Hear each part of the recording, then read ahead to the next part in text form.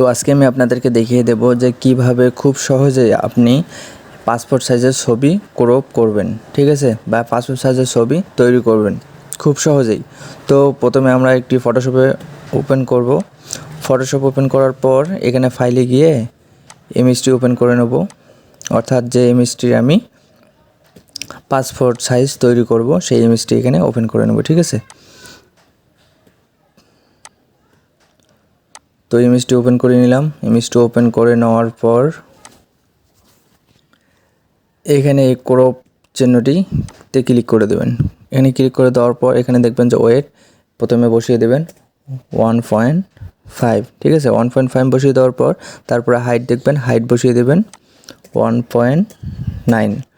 1.9 দেওয়ার পরে এই তার সাইডে দেখবেন যে রেজুলেশন দিয়ে দেবেন 300 দেওয়ার পর এখানে এখন ক্রপ করে নেবেন, ঠিক আছে। যতটুকু নেওয়া দরকার আপনি ততটুকু ক্রপ করে নেবেন। ক্রপ করে নেওয়ার পর আপনার কিবোর্ড থেকে এন্টার প্রেস করতে পারেন অথবা এই টিক চিহ্নতে ক্লিক করে দেবেন। ক্লিক করে দেওয়ার পর আপনারা দেখতে পাচ্ছেন আমার ছবিটি কিন্তু পাসপোর্ট সাইজের হয়ে গেছে, ঠিক আছে। তো এই ছবিটিকে আমি ছবিটির ব্রাইটনেস একটু বাড়িয়ে দেব। সেক্ষেত্রে কন্ট্রোল এম ক্লিক করে দেবেন। কন্ট্রোল এম ক্লিক করে দেওয়ার পর RGB, ঠিক আছে, এটি একটু বাড়িয়ে দেবেন। যতটুকু বাড়িয়ে দেওয়া দরকার ঠিক ততটুকুই বাড়িয়ে দেবেন। বাড়িয়ে দেওয়ার পর ওকে ক্লিক করে দেবেন। ওকে ক্লিক করে দেওয়ার পর তারপর আমরা যাব ইমেজে যাওয়ার পর অ্যাডজাস্টমেন্ট, এখানে যাওয়ার পর ব্রাইটনেস কন্ট্রাস্ট, এখানে যাওয়ার পর একটু আমরা কন্ট্রাস্টটা বাড়িয়ে দেব।